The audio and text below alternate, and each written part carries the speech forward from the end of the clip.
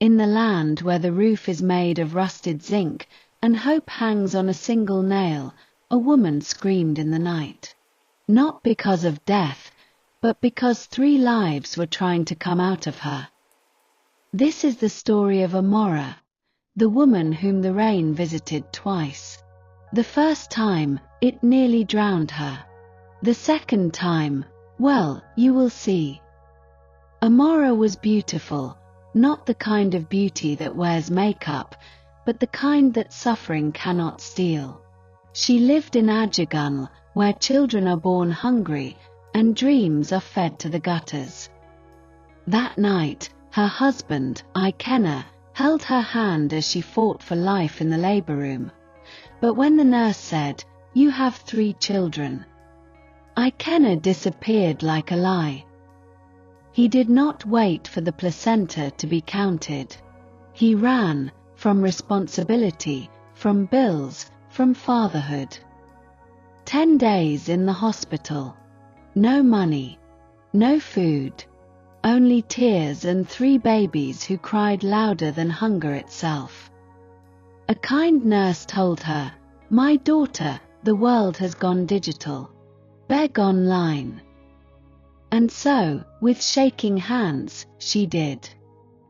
The video went viral. The country wept. They sent money, prayers, and hashtags. Her bills were paid. She left the hospital with 2 arms full and 1 heart heavy with worry. But money, like morning dew, disappears before the sun fully rises. One of the babies fell ill. The money was not enough. The hospital asked for deposits before treatment. Amara begged. They delayed. By the time they agreed, the baby had traveled, not to recovery, but to the ancestors. Left with twins, she tried. Oh, she tried. She sold sachet water. She sold firewood. She sold her sleep. But Lagos is a hungry beast. It eats effort and spits out despair. With debts rising and no help in sight, Amara left the twins with her neighbor and went in search of work. Any work. She entered a construction company like a lamb among wolves. The site supervisor looked at her and said, "This work go kill you. But if you fit satisfy me, I go feed you." Before she could answer, another man, Enga, Musa, walked in. His words were knives wrapped in mockery. This one? Even her hunger days smell like disgrace. She left with shame soaking her like rainwater. But the gods are not asleep. At a small minimart, she asked a stranger if she could take biscuits on credit, sell in traffic, and return the money. Alhaji Sul looked at her. Not with lust, not with pity, but with belief. He gave her a chance. She returned every kobo. He gave her a job, and hope opened its first eye. But life is a drum that does not beat fair rhythms. One call, one scream, one accident. Kyoma, the only girl she had left, slipped and hit her head. While Amara was stacking crates of minerals, her baby was giving up the ghost. 2 children gone. Only Chidi remained. Her heart cracked, but her back remained unbent. In her tears, a stranger emerged. Nonso, a battery seller from Ladipo, with no big grammar but a bigger heart. He helped bury Kyoma. He held Chidi like his own.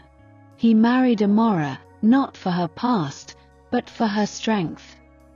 They started small. A shop. A new life. A new laugh. The rain had come again, but this time it came with blessings. Then came the 3rd storm. A black G-Wagon. Music blasting. Perfume announcing his arrival before his footsteps could. Ikenna was back. Big boy. Clean teeth. Dirty soul. He said, "Amara, I came back for what's mine." He brought gifts. Money. Temptation tied in ribbons. She hid it from Nonso. But secrets are like smoke, they don't stay hidden for long. Ikenna became bolder. He said, "Sleep with me, or I tell your husband everything." Amara broke down. She wrote a letter to confess. But fate moved faster. Nonso already knew. Alhaji Sul had seen the devil dressed in Agbada and whispered truth into Nonso's ears. In front of customers, Nonso exposed Ikenna's seduction video. Amara wept. The crowd roared.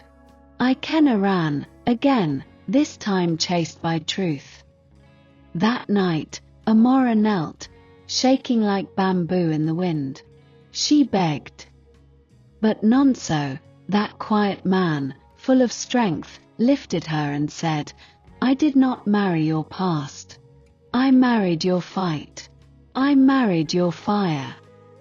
He looked at Chidi and said, "This boy is mine, not by blood, but by love."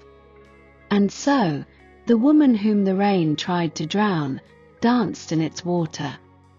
But wait. The story is not yet finished. For in the land where men return with new cars, old truths can rise again. What happens when Amara's past refuses to die? The past is a stubborn visitor. Even when you bolt the door, it will sneak in through the window. Just when Amara thought her storms had passed, Ajegunle woke to a new fire.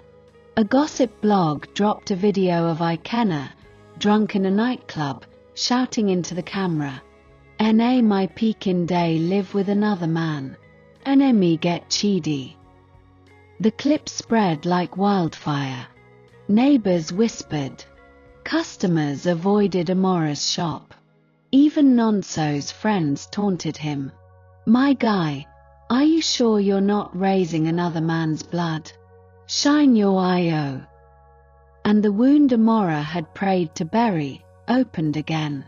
But betrayal does not always come from enemies. Sometimes it comes from those who smile with you. Alhaji Sul, the same man who first believed in her, had a secret.